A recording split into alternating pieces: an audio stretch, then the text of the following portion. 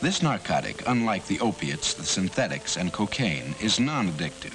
What do you mean by non-addictive? By non-addictive, it is meant that the user of marijuana, when deprived of the drug, will not experience the agonies of withdrawal. It is habituating, but its use can be discontinued. Then what is its danger? About 11 months sober right now. These past couple of days have been kind of hellish. I really have been wanting to smoke weed for like 2 weeks, and you'd think after 11 months of having stopped a substance, you wouldn't be thinking about it that much, but all of my dreams have been about it. I've actually had, well, let's see, I think 5 relapse dreams in the last 5 days, and the weird part is, like, the weed has actually been accumulating in my dreams, so it's like, I'll have weed left over in my dreams from the nights before. It makes me not want to go to sleep at night because I know that I'm just going to dream about getting high. Like, why would you want to go to sleep if you know every time you fucking go to sleep, you're just going to be thinking about the one thing that you've been trying to stop for 11 months?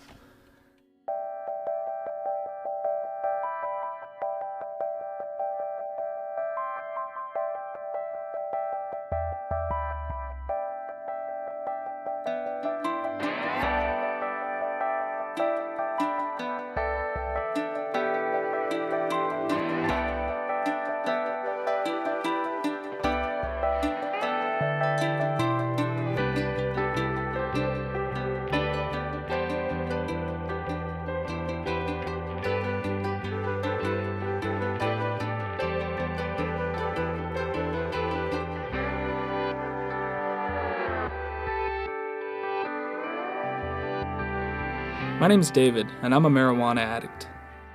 I started smoking when I was 13, and by the time I got to college, I realized that marijuana had become the most important thing in my life.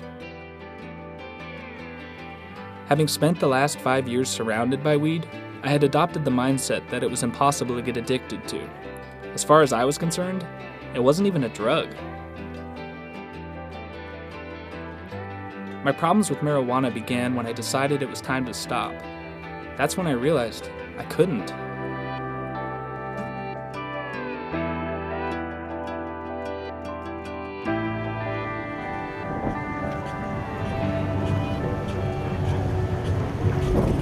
Personally, do you believe that addiction is a disease or a state of mind? State of mind. State of and mind. You cannot be addicted to marijuana. I'd say it's a state of mind, not a disease. The way I see it, society tends to disregard the idea of marijuana addiction. In other words, compared to harder drugs such as alcohol, heroin, or cocaine, marijuana is essentially a second-class substance, hence a second-class addiction.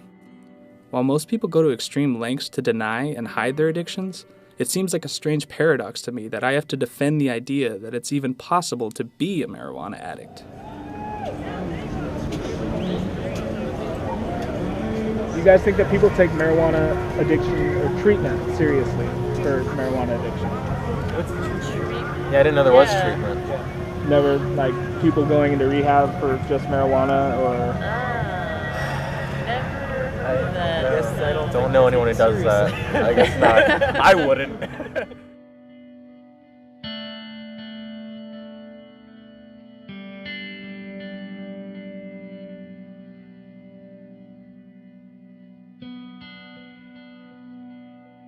So, I haven't been here in about 2-3 years. It's really just a shack, as you can see. I literally remember one time being like just sitting like right here and just coughing like pieces of my lungs out.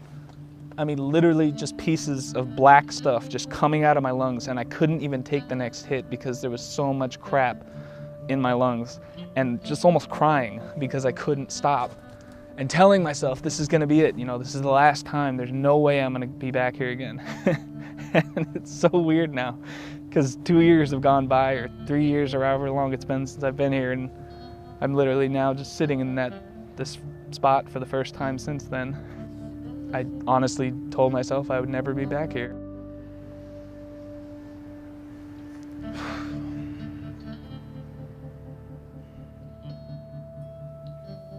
I decided it was time to go to the place I went for outpatient treatment. I wanted to talk to my old counselor. I felt like maybe he could give me some insight about how, after not smoking for 11 months, it was still such a fight to stay sober. I needed to know more about addiction itself. What, if anything, would you say differentiates marijuana from other addictions? I would say one of the biggest things is that maybe the denial factor. Pot seems so innocent and everybody does it, so how in the world could this be a problem? And by the time some people figure that it is a problem, it's created major life issues for them. No doubt many of you do not believe that these things do happen, but they cannot happen to you. Just like alcohol and other drugs, all of them have the possibility for addiction because they're mood altering. They simply make us feel better.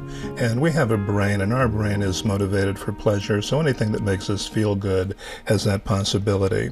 I mean, it could be a behavior, it could be a chemical substance, and so marijuana certainly fits that category. You may also believe that the facts have been exaggerated. We're getting more people coming into our treatment center who are seeking treatment for their marijuana dependency. So I do see that as a trend. Seems to be quite a few of them. Yes, I'm afraid there are. Heroin addiction, cocaine addiction, things like that. Some have societal approval even though they're disapproved of. But when it comes to marijuana, it seems to be a second-class addiction. It just doesn't seem to be treated as with significance the way that the other ones are.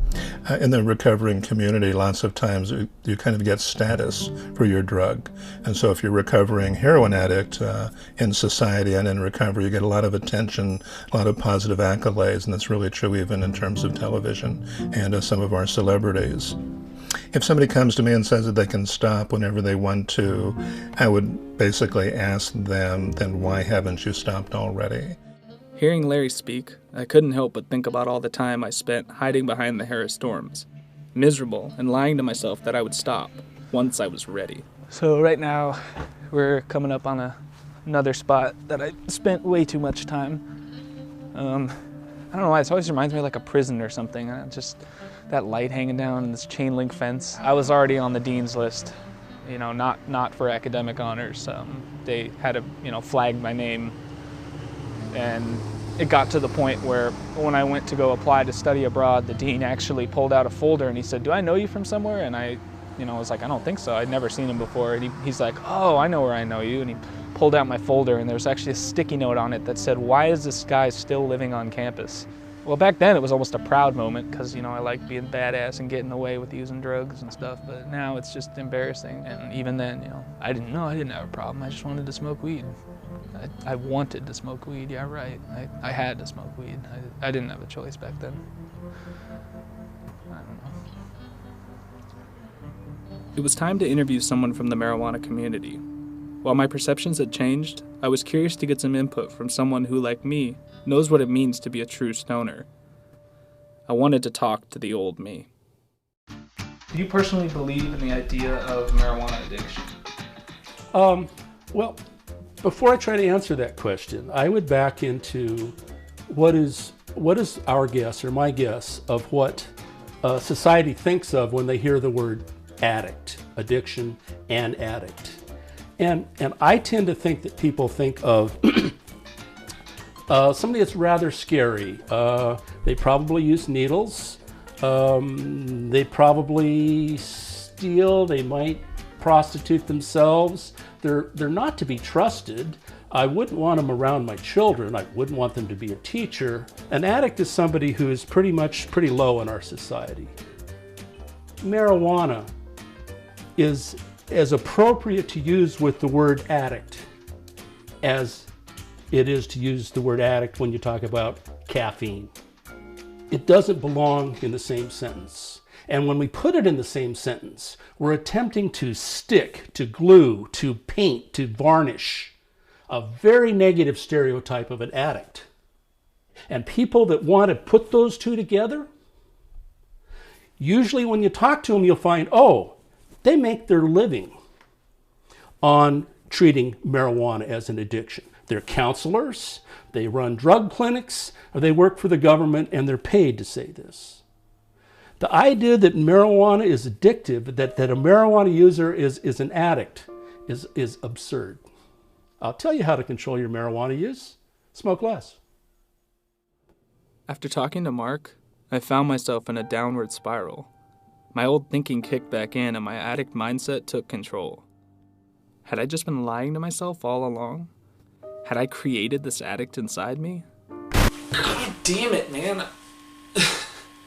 Here I have 11 months sober, and 3 days ago, I got a dealer's number.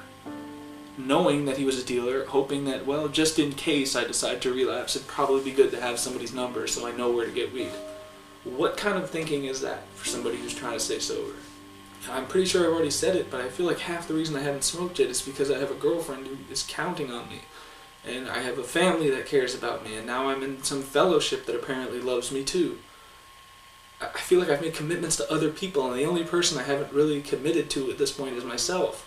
Everybody says, you know, the first few years are hard, and I know they're hard.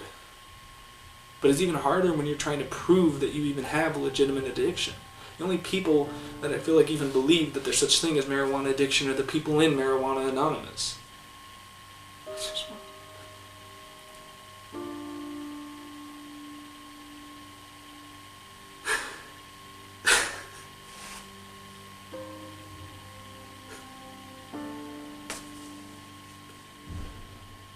I needed to talk to someone who knew what I was going through. Someone who knew firsthand exactly what it meant to be a marijuana addict. My name's Az. let me see, I'll be 62 this year. I smoked for almost 28 years. And I've been sober now for, this year will be 22. The realization that I had accomplished nothing for 25 years or 28 years of my life was like staggering.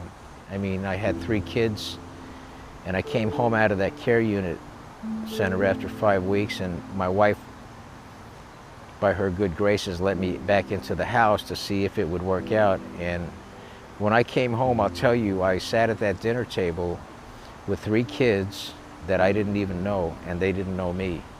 I'd never been around them so sober. I hit bottom a long time ago. The fact was that using marijuana was kind of like a parachute. I didn't hit a hard bottom. I didn't hit bottom hard enough to realize that I was out of control. My landing was so soft that I became a bottom feeder. I lived on that bottom for a good 20 years. Emotionally and mentally, I was quite happy to go on the rest of my life doing what I was doing when I was 12 years old.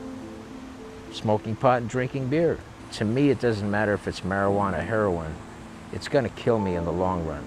The only difference is one is a slow, really slow death, and the other one is a quick death. Suicide on the installment plan. Just dying a little bit every day instead of all at once with a heart jolt or an overdose. They say in a lot of the meetings I go to that a mature person or a full human being will change his behavior to meet his goals. And people that are addicted, we change our goals to meet our behaviors. Az, what would you say to someone who told you that they didn't think there was such thing as marijuana addiction? Well, I'd say they'd have to smoke for 28 years first, and then come back and tell me that after 28 years of smoking. 28 years? It was almost impossible for me to imagine that I could have taken it that far. While it was a relief to finally connect with someone who understood what I'd been going through, it was becoming very clear that the biggest demon I was tackling was myself. Motherfucker, just stay. I've just been pretending like everything's okay, and it's not. I'm really just lost right now. And maybe it's not even so much that I want to be happy, it's just that I want to be numb. I don't want to feel anything right now. I like weed. I think it's a great substance. And I think that anybody should be able to use it recreationally. Unfortunately, there are just some of us who have abused that privilege and may already have been addicts to begin with. And then there's a whole insanity of trying to quit because you keep telling yourself each time, this is my last sack, this is my last bowl, no, this is it. I'm never gonna smoke again after this, or I'm gonna stop for a month, or I'm gonna stop for a week. People are gonna think I'm fucking insane when they watch this movie. God, I don't care, maybe I am insane. In April of 2009, I relapsed. I hadn't been back to the spot since, and although I didn't really want to return, I needed to relive that moment. I needed to remind myself why I was staying sober in the first place.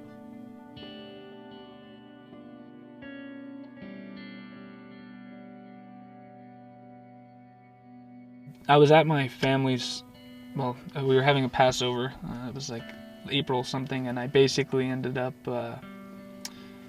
just having a bad discussion with my uncle, and just he kind of made me think that I was joining a group of wackos, and basically down-talked MA to the point where I felt like, you know, being in Marijuana Anonymous was just stupid, and I didn't know what the fuck I was doing. I didn't care. I didn't want to care.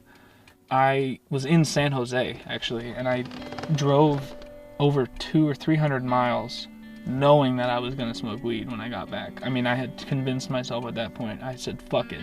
I mean, I got stuck in LA traffic. I was pounding on the steering wheel. I was just like, fuck, I just have to get a sack. I drove to where we're sitting right now. I rolled up a blunt and took 4 hits, and I remember just looking at the blunt. I couldn't even process what had just happened. You know, my parents had paid $4,200 for me to go to rehab, and they were paying. I was in outpatient at the time, and I was living in a sober house that cost $650 a month. I mean, just monetary value alone, that was, you know, almost $7,000 worth of recovery down the drain. I never even finished that blunt. I bought $60 worth of weed and probably smoked $3 worth.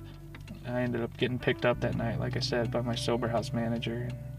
I honestly don't know how to describe what I was feeling that night. You know, it was a mix of shame, guilt, pain, misery, and then pleasure, because I was like kind of high, and then just overwhelming loss, just grief. Like I had given up something that mattered to me more than anything, you know, losing my sobriety. It was like losing a friend or losing somebody like close to you that just died.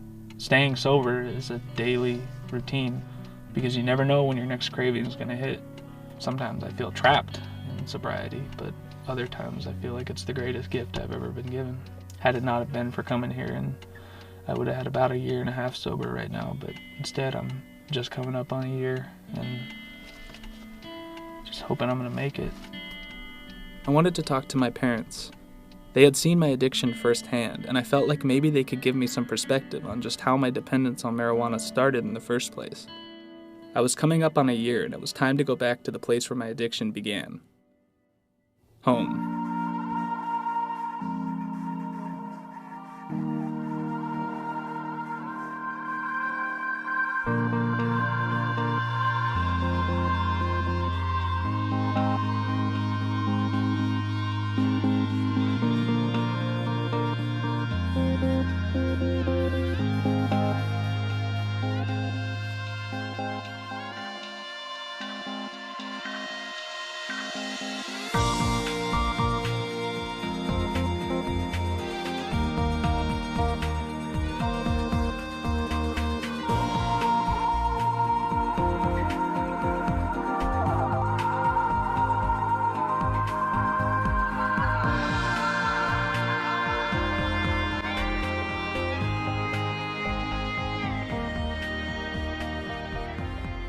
I was scared to interview my family. I knew I had done a lot of damage, and I wasn't sure if I was ready to hear how much I had hurt them. It was time to find out how my use had affected my parents. Do you remember around when you first found out that I was smoking? Junior year for sure. I was like the last one to know. I think that I was just totally oblivious. Whereas college, you know, we thought you'll be fine because you got out of your system. Well, you were 180 degrees the opposite of fine. And then it was, what do we, you know, what the hell do we do? Then when did you start wondering if I was an addict versus like that I was just using recreationally? You know, I don't think that I ever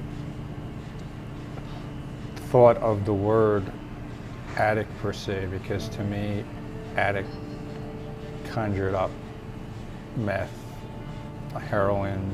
When you got into college, then I knew that it was like an addiction. I call it hard drugs a drug addict, and marijuana I think of as overly dependent or an abuser.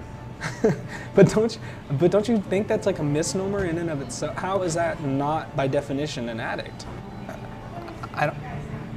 It's just really, I guess, it's media propaganda, just, you know, the way it's been presented.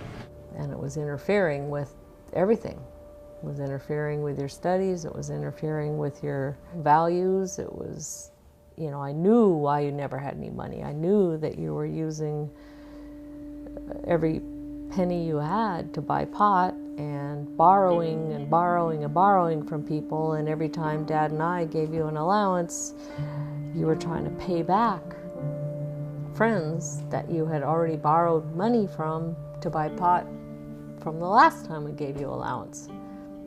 And it was just tough. It was like, you know, I felt like we were in some ways supporting your habit. I spent a lot of time being scared and worried and thinking that I needed to fix you. I needed to fix it. The thing that's surprising me is you're talking about all this, you know, fear and worry and how you thought it was out of control, but yet you still haven't said that you ever really had come to the realization that I was an addict. Well, I did make that connection, certainly made that connection, you know, your freshman year of college. And so you would say my freshman year I was an addict? I became aware of the fact that you were, you know, totally dependent. I was really surprised that my dad was unable to use the word addict. There was times where you would come outside when you were drunk and you would just sit there with me while I smoked. And I'd offer you a hit, and it was just like we'd both just sit there, and it was like I was just dumbfounded because it was this moment of, well, you know, my parents don't seem to care anymore. You know, wow, that I don't even recall. It happened more than once. Obviously, I wasn't interested and I didn't try, right? No. No. I mean, in terms of hitting bottom, like, I told you I was willing to sell my own blood to get high. As a parent, you don't want to add more grief or pain to a kid. I want to provide some sense of it will be okay. I will take care of it. I will be there. Well, it became harder because you were seeing in so many different levels that I wasn't okay. But I'm supposed to play the role of the strong father, and I was flailing in so many directions that I figured I can't send you there. I can't be responsible for finally being the one who pushed you over the edge. You know. I guess I just never knew it was about me. I didn't know I was hurting him.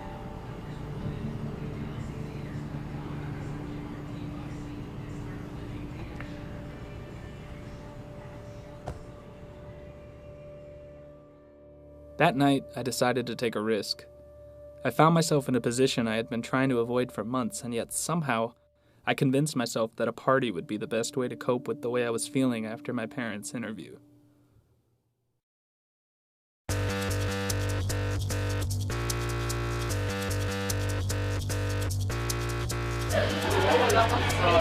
I just want to eat the sandwich. I like 18 minutes.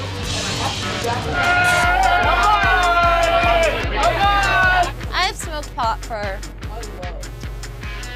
Religiously, I've smoked it for about 2 to 3 years. This is a beautiful thing.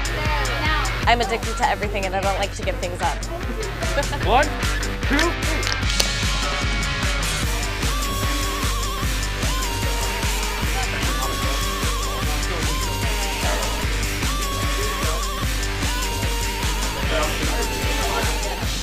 Usually, in a situation like this, I'd be extremely tempted to use.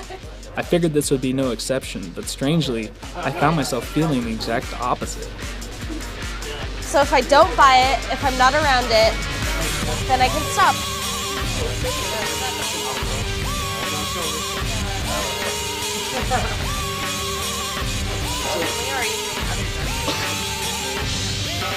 A treatment for marijuana addiction? I don't think there is a treatment. I think it's a personal choice.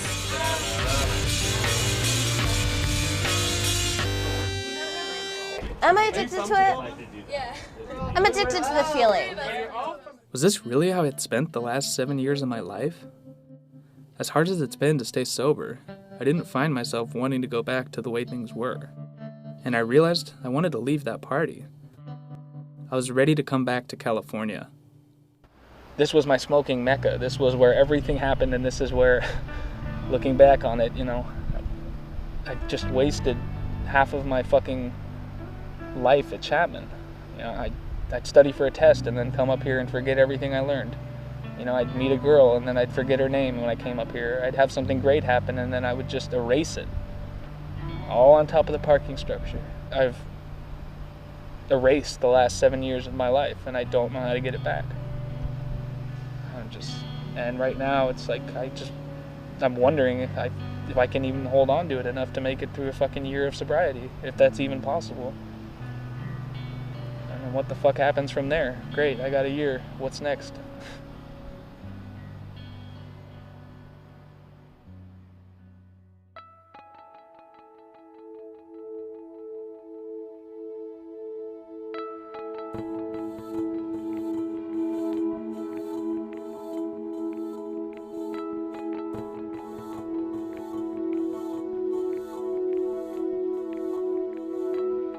My name's David. I'm an addict. Hi, Dave. A year ago today, well, a day before a year ago today, I basically spiraled out and decided it was time to relapse because I didn't think sobriety was worth it. And having come 12 months since then, I can honestly say that this is the biggest and the best gift that's ever been given to me. I found a group, I found a family, I found a home, I found people that would take me in and show me that there was more to life than what I had put myself through. I felt like I had missed that book, that somebody had been handing out these instruction pamphlets and somehow I was just, you know, left out. And I walked in here and you guys gave me 12 steps to live by. I don't know, I've never really felt this much gratitude in my life. You know, it's funny because Az gave me a chip here, and that's this 1 year, you know, the official metal ones, and he gave it to me in this, and you know, it's thinking about this, you know, a year ago, this meant something so much different, but seeing this little gold thing in it and seeing what it meant, I mean, you know, you can just take something and turn it into gold. It's only a year. That's the thing, it's only a year, and I can see that now. I'm not a good public speaker. I don't have a lot of insider wisdom.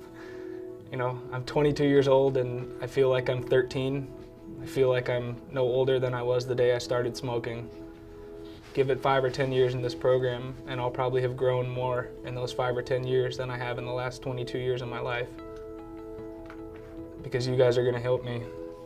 You guys are my sobriety. It's not mine, it's ours. And that's it, thank you guys. I'm David, I'm an addict.